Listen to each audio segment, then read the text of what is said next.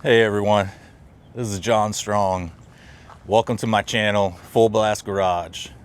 My first truck here behind me that we're gonna begin on is the fabled 1990 454 SS. So this truck, most likely the roughest running, driving example of a 454 SS. And if you can believe it, this truck went for $9,000. So the OBS market is just crazy right now. Any of you guys out there actually looking to get one of these, expect to pay about double that for a really nice one. When I got this, it barely ran. Interior was roached out, and it was just kind of on its last leg and had been sitting for about 7 years. This truck, I put just a little bit of money, a little bit of effort into it to get it to kind of where it is right now, where it's a reliable daily. But there's things that it still needs. And this video, just want to do a little introduction to this truck, walk around, and we're going to replace the idler arm because, like everything else, steering wheels on this truck is wore out. And that idler arm on these old Chevys, very, very prone to failure. And what that arm does is just supports, the other half of the steering on the other side of the pitman arm. If it fails, super sloppy steering, could go to complete steering failure.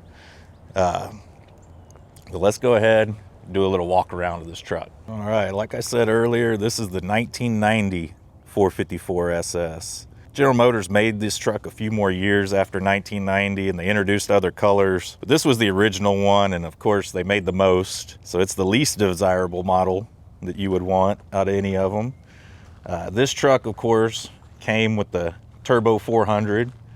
A great transmission for drag racing, not so great for going 75 on the freeway in front of my house.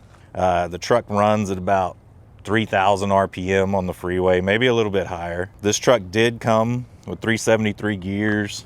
The later models got an overdrive transmission and higher gears. I think they were 411s, 410s, but the overdrive helped this thing get just a little bit more streetable. This truck, it's almost like you got an engine brake when you let off the gas going 75 down the freeway. But just do a little walk around. Again, I remind you guys, this truck was $9,000, which is probably double what you would pay for just a clean example of a regular OBS truck with a 350 in it. The 454 SS commands the premium, but the way this truck is, I like the patina. Wish it didn't have the giant dents going down the side, but I think in the future we're going to work on this, get some of these dents out, possibly put some patina preserver on it, and just get it looking good. Now the inside of this truck, I've tried to kind of completely go through, clean up, added Apple CarPlay. It had no headliner, sun visors at all when I bought it. Clean that up. And of course, what's really special about these trucks is these bucket seats. They're almost unobtainium these days, trying to find this exact model bucket for this truck. And then of course, it came with the center console, color matched. There wasn't a shade of red that they did not want to put in this truck in 1990.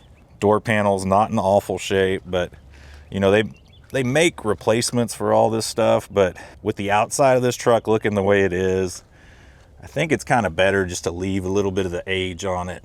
You don't want everything looking perfectly new and then the outside of the truck looks like it's 40 years old. And then we'll pop the hood, show the fabled 454 SS engine here. And in 1990, I think this thing was rated somewhere around 250 horse. This truck, I've hopped it up a little bit. So it's got 396 heads off of Chevy. Just kind of bumped the compression up a little bit, bigger valves. We put a Summit K1301 cam in it, and I switched it over to carburetor, and that is a Quadrajet 800 CFM. It would have been, kind of similar to what came on the Chevelle in 69 or 70 when they had the 454. Changed it over to HEI ignition. Still using the factory in-tank fuel pump. Just regulated it down to about 6 psi for the Quadrajet. Got increased gas mileage from this swap, increased drivability. I mean, the horsepower, it feels like it's got way more than it did with the TBI system. And I did put a Chinese, air gap intake manifold for the big block. Seemed to fit perfect. No fitment issues at all, front or back. And this truck does have working air conditioning, heat. So, we're in Texas here, and that's kind of like a no-go if you have to daily drive something without air conditioning. A race car or something you're going to drive occasionally, not a big deal. You can put the windows down, but on a daily basis, it gets 150 degrees in your car here. It's hot. But that's kind of the outside of the truck, the walk around. You can kind of see, got a long ways to go before this thing's heading to Barrett-Jackson. But I think it's just going to be a fun driver. And as you can see out here, it's all dirt roads. And I don't know if anyone actually wants to drive something super nice and shiny out here. The dirt and the rocks or the cows will ruin your paint job. So let's go ahead, pull it in the shop, get a look under the truck at the idler arm, and I'll start showing you guys the process of replacing that. All right, let's do our first start on the truck here.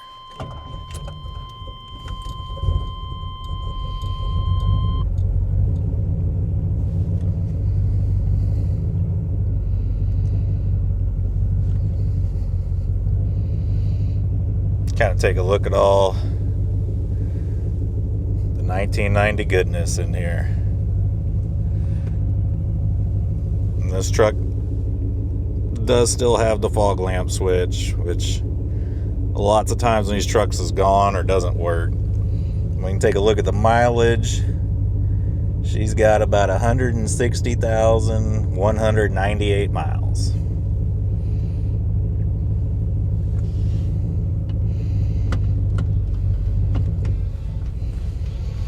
Let's just go ahead and pull out to the gate. We'll whip it around and pull into Bay 1. This truck, when I took it apart, the interior, I completely sound deadened the entire floor, roof, even put some in the doors. This thing is loud. The truck, when you're going down the freeway, it's revving out at that 3,000 RPM, loud. So I tried to do everything I could do to get it to quieten up just a little bit.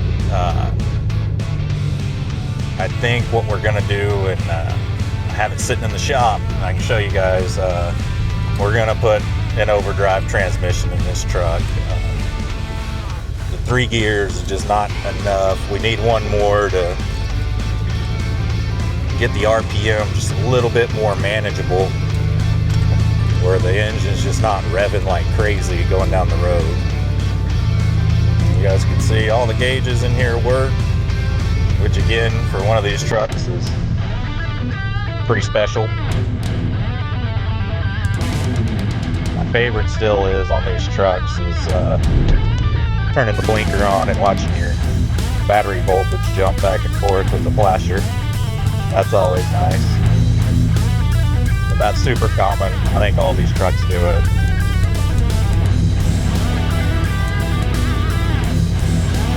So Bay 1 is open. I got my Blazer, which I'm sure I'll do some work on the channel. It needs a new gearbox. It's leaking real bad. Just some seals here and there, but I also kind of built that one from scratch.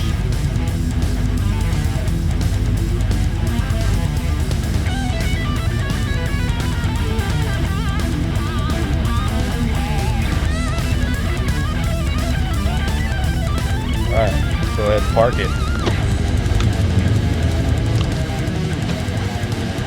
once we got the truck pulled in here, first thing first, what we're gonna need to do on this truck, just because it's lowered, not necessarily a step for idler arm on every OBS Chevy, I'm gonna get this thing in the air, definitely get a jack stand under it. Recommend anytime you go under the truck, you put a jack stand under the truck if it's lifted in the air. I'm not taking the wheels and tires off this truck, not necessarily in any kind of danger of it crushing me, but it's just always a good safe practice to use. And if you have the jack stand sitting there, just use them. So let's go ahead, get the jack under the frame rail here, get this truck up in the air. And the goal really is just give myself enough space where I can get my tools in there and work easy, not just totally pressed on the ground. So as you can see, I got the truck jacked up, leveled on jack stands. The steps we're gonna go into is kind of going underneath and just identifying where our idler arm is and what sockets we're gonna need. So your part that you're gonna be replacing is this guy. This is the new one. This is the idler arm. As you can see, you know, it's brand new. The bushing's got no wear in them and it's tight, and we're gonna compare it to what comes off the truck. So here is the location of your idler arm on these OBS Chevys under the truck. So as you can see here, this thing is smoked. And we can see that our lower radiator hose looks like it's sitting there helping hold it in place, maybe an extra brace. So that's good. But you can see lots of this truck under here still is very original. The only thing that I've touched so far is the upper and lower control arms. I replaced them. This truck already came with a Beltec lowering kit on it, and I just kind of cleaned all that up and put it back together. Let's go grab our tools and get to removing this idler arm. All right, so here on your idler arm, you got a cotter pin holding in your first nut here. What you want to gonna do is just kind of tap on that cotter pin, see if you can get it started, get it out of there. Once you get it going, you just pull this guy out just with your hands. All right, to get your nut loose holding your idler arm from your steering linkage, you're gonna need a 21mm socket. Of course, it's like any good American-made car, it's half metric, half standard. There we go, broke loose. And I am using 1/2-inch drive wrenches. That's kind of my preference. A lot of guys at home, you might only have access to 3/8 and 1/4 inch. Jobs like this, you're gonna need a minimum 3/8. The 1/2-inch just kind of makes it a little bit easier on your body as you're getting older, pulling on them 3/8 small ratchets. So on this truck, the bolts holding the idler arm go through the frame, and it's going to be easier for us to get them loose. If we hang a wrench here on this side, and she'll catch when we're loosening it here on the sway bar, and the bolts will come through. But you're going to want to kind of do a little bit of a balancing job so your bolts don't fall through into the frame abyss. Well, let's go on the other side and I'll show you what I'm talking about. So here on this side of the frame, on the outside, there's 2 access holes. You got one here and one up here. And it looks like I'm going to have to do a little bit of body work here on our fender so I can get access to that bolt.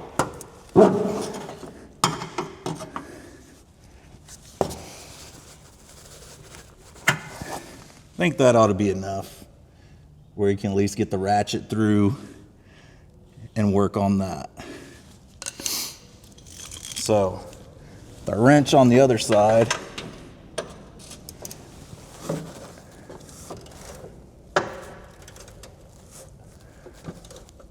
All right, now our bolt is loosening.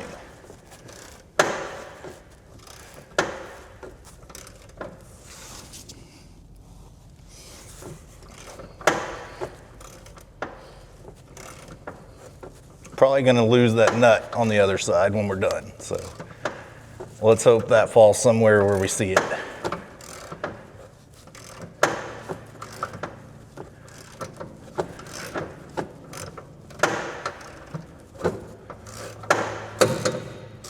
All right, sounds like we finished that one. Let's go retrieve it on the other side here. All right, so we didn't lose our nut on the other side. Move the wrench up to the top hole. Let's make sure, yep, got enough access. Lost our light though. So let's go ahead and break this one loose. All right. And again, we got our wrench on the other side holding the nut. I just kind of want to make sure our bolt does not fall through the frame because it'd be tight getting our hand in there to get that loose.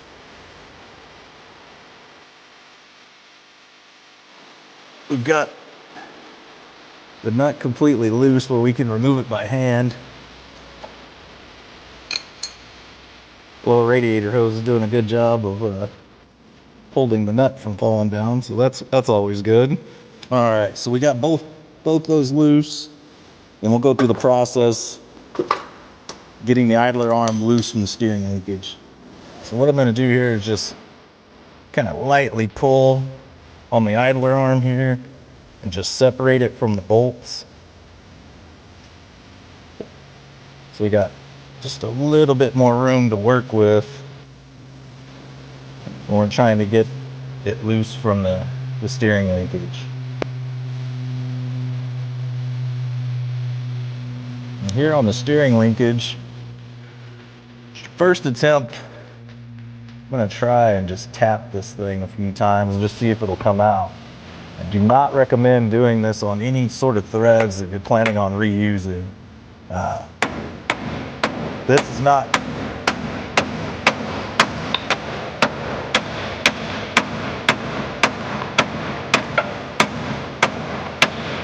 but after adjusting my strategy some here, I got it to attacking it from the side with the pickle fork. And I believe that's what's going to be finally breaks this thing loose.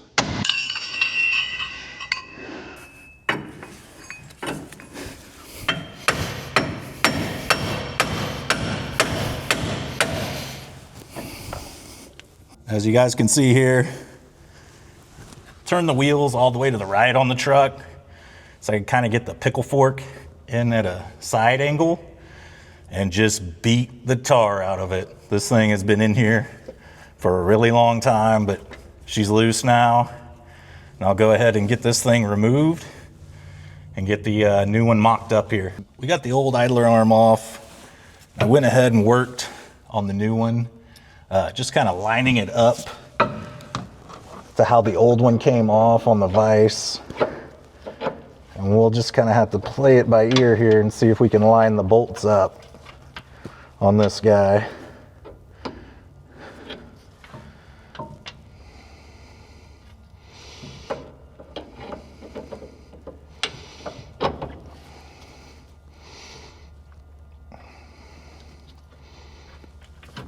I think it's probably going to need a little bit more on the vise, and then I'll come back, try it again. Didn't show you guys this on the other side, but of course, as I was pulling my extension out of the hole, it comes loose from the socket wrench. So make sure you guys got some sort of magnetic retriever, because I don't think anyone's hands are small enough to go squeezing through that hole in the frame rail. These things are your friends. You drop stuff in your motor, drop stuff in the frame rail, these guys will help you retrieve them. So let's go ahead, switch our wrench over to the 21 millimeter and go ahead and tighten up the idler arm to steering linkage bolt here.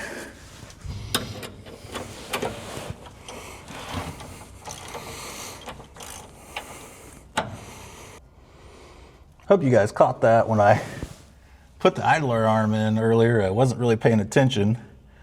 But these guys come with like a little protector piece of foam there on the shaft of that ball joint. And I guess that's just to keep it from getting nicked. But I didn't see that, I wasn't paying attention. Pulled it off before I tightened it down, but let's go ahead and get our 21 millimeter on here. Finish tightening down the idler arm.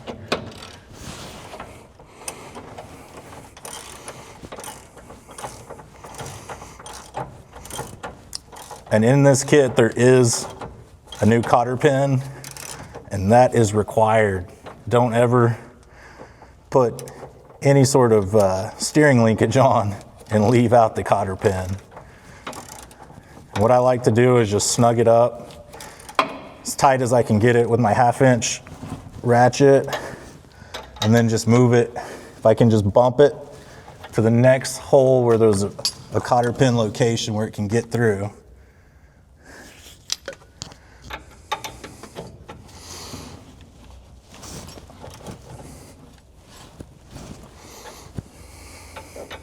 We're almost there.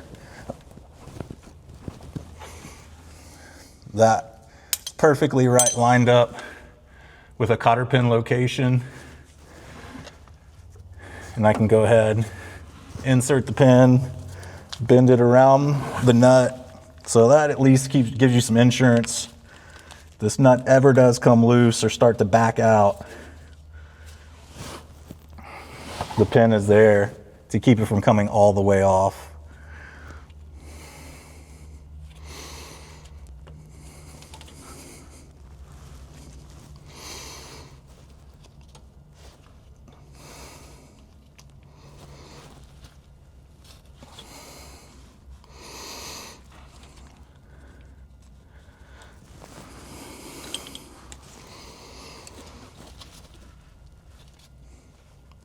All right, got our cotter pin bent all the way around our steering idler nut.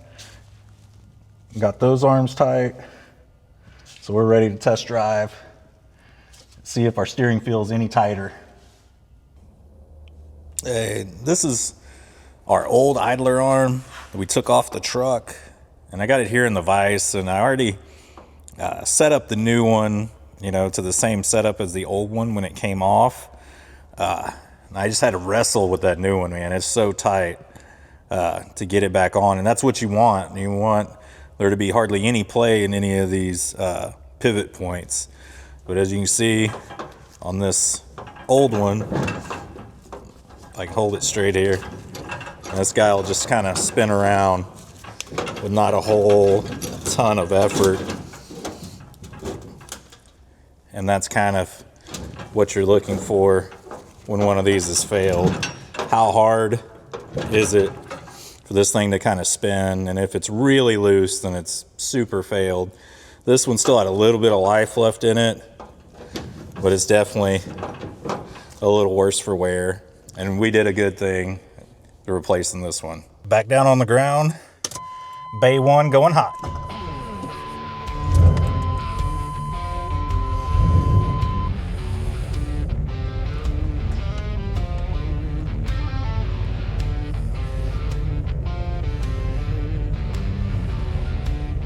Slow and steady. Gotta make sure we don't run over any cows coming out of here. But since we got cows, can't leave the bay 1 door open. They'd wander in, scratch my truck all up, eat anything they could in here, I promise you.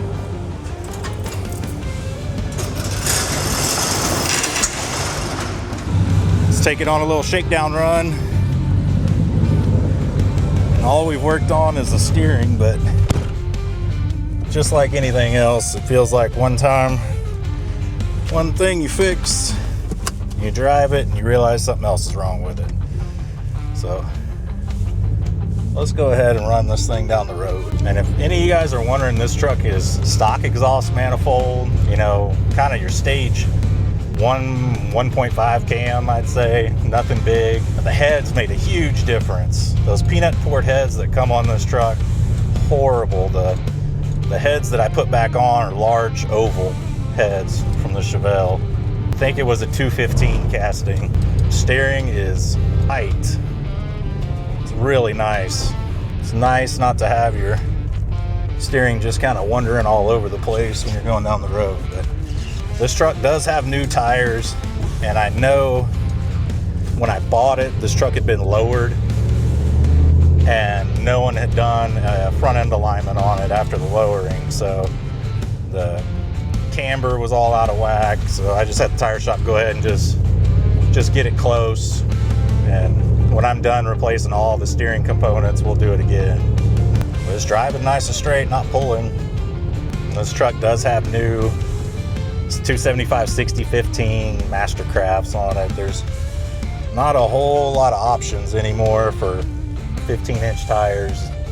Cooper Cobras were just a little bit pricier than the Mastercraft, and for what this truck's gonna do, the Mastercrafts will be fine. And it's pretty amazing how quiet this truck is on the inside, even though, you know, the exhaust is super loud. But that sound deadening stuff really helped this truck. And it's something I'd recommend anyone, any project you're building. If you take the interior down, put it on there. It's really cheap and it's way worth it. And again, you know, these OBS trucks, kind of what I grew up with. My first truck was a 91 little single cab long bed work truck, blue interior. So got a soft spot in my heart. Great to see these trucks still on the road. You know, it's really awesome when I drive it, how many like thumbs ups and people waving and just coming up to talk to me. Love keeping these things on the road. All right, back where we started.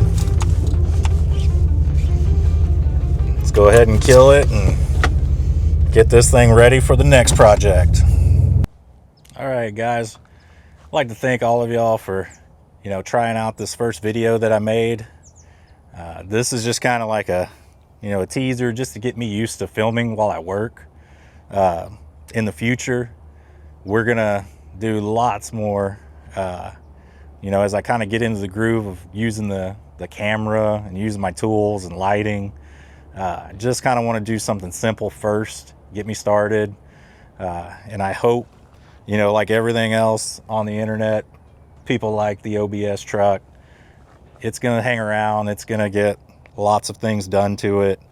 And for now, you know, I'm going to keep on driving it and just see how many miles I can put on it. But again, the next major thing I'm going to do to this truck is pull that turbo 400 out.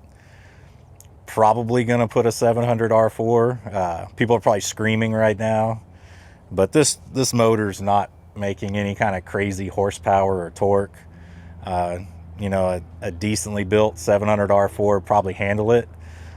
Will the 700 R4 that I got handle it? I don't know. It came out of the back of a guy's van in a parking lot I'd never been to at a grocery store. That's kind of weird, but you know, he said he used to work at a transmission shop and this was left over, so hopefully this was just a pull out for someone doing an LS swap or something like that. That's kind of the feeling I got, but he said it worked. It was the right price, which was very cheap, so we'll give it a shot. And if it doesn't work, I'll pull it back out, get it rebuilt, slap it back in there. These Chevys, it's not too hard, you know, to pull them in and out and do that. But, you know, I hope everyone likes and subscribes, joins the channel. You know, this is kind of the beginning, but again, we're going to have this 454 on full blast. And thank you for tuning in to Full Blast Garage. This is John Strong, and I'll be back with something else, something more fun, I'm sure. Until you guys watch me again, go out and do something you love.